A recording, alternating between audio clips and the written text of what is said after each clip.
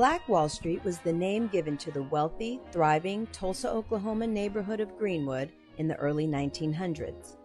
The 35-square-block neighborhood was populated by more than 300 businesses and over 1,000 homes, several as stately as any owned by upper-class whites in Tulsa. Greenwood Avenue was the main street of the district, with banks, hotels, restaurants, stores, and even a taxi service of Ford Model Ts.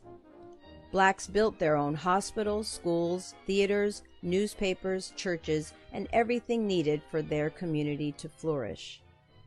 However, their wealth and self-sufficiency was met with racial tension, jealousy, and fear of the growing black vote, causing the largest government-sanctioned attack on American citizens since the Civil War.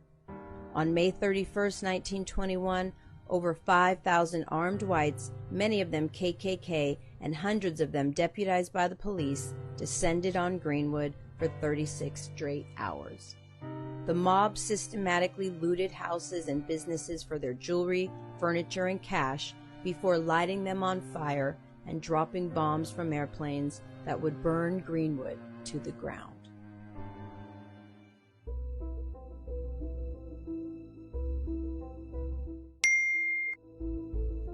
The tipping point was a false accusation. The day before the massacre began, Dick Rowland, a 19-year-old black shoe shiner, entered an office building elevator operated by Sarah Page, a white attendant. The two teens touched, and Page initially said he assaulted her, a claim she then recanted before charges against Rowland were dropped. But even before Rowland could be cleared, the KKK and the Tulsa Tribune spread the rumor that Rowland had attempted rape. Rowland was arrested and held in the local courthouse where blacks feared he might be dragged out and lynched for his alleged crime. After the sheriff called Tulsa's black newspaper owner A.J. Smitherman requesting backup, a small group of Greenwood men, some armed, drove downtown on the evening of May 31st to ensure Rowland's safety.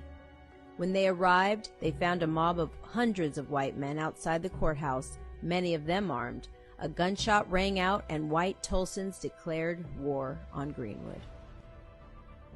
A.J. Smitherman, owner and editor of the Tulsa Star, reported on it all.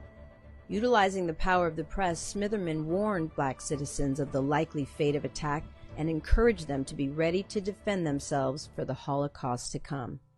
On the night of the massacre, while Smitherman defended Greenwood, his wife and their 5 children hid in the basement while the KKK doused their house with kerosene and lit it on fire. They narrowly escaped with their lives, but could never return to Oklahoma for fear of being lynched. Over 1,000 homes and 300 businesses were destroyed that night. More than 11,000 people were left homeless. Blacks lost at least $108 million in property that has never been recovered.